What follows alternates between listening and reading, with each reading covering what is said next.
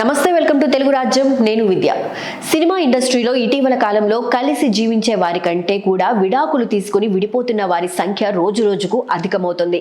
ఇలా చిన్న చిన్న విషయాలకే అపార్థాలు చేసుకుంటూ ఎంతో మంది విడాకులు తీసుకుని విడిపోతున్నారు. గత కొంతకాలంగా సింగర్ శ్రావణి భార్గవి, హేమచంద్ర విడాకుల గురించి కూడా ఎన్నో రకాల వార్తలు వినిపించాయి. వీరిద్దరూ సింగర్లుగా టాలీవుడ్ ఇండస్ట్రీలో టాప్ డైరెక్టర్లు అందరితో కలిసి పనిచేశారు. సింగర్లుగా ఇండస్ట్రీలో ఎంతో మంచి సక్సెస్ అందుకున్న శ్రావణ భార్గవి, హేమచంద్ర ప్రేమలో పడి పెద్దల సమక్షంలో వివాహం చేసుకున్నారు. ఈ దంపతులకు శిఖచంద్రిక అనే ఒక కుమార్తె కూడా ఉంది. అయితే గతంలో ఇద్దరూ కలిసి పెద్ద ఎత్తున బుల్లితెర కార్యక్రమాలకు హోస్ట్ గా వ్యవహరిస్తూ సందడి చేసిన వీరు ఇటీవల కాలంలో కలిసి జంటగా కనిపించలేదు. దీంతో వీరిద్దరూ విడాకులు తీసుకుంటున్నారంటూ వార్తలు బయటకు వచ్చాయి.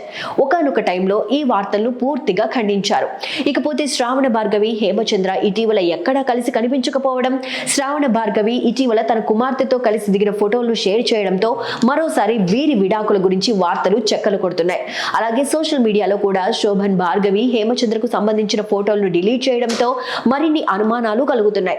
ఇదిలా ఉండగా తాజాగా ఈమె చేసిన ఒక పోస్ట్ సంచలనంగా మారింది. తాజాగా శ్రావణ భార్గవి తన ఇన్స్టాగ్రామ్ లో షేర్ చేసిన పోస్ట్ కలకలం రేపుతోంది.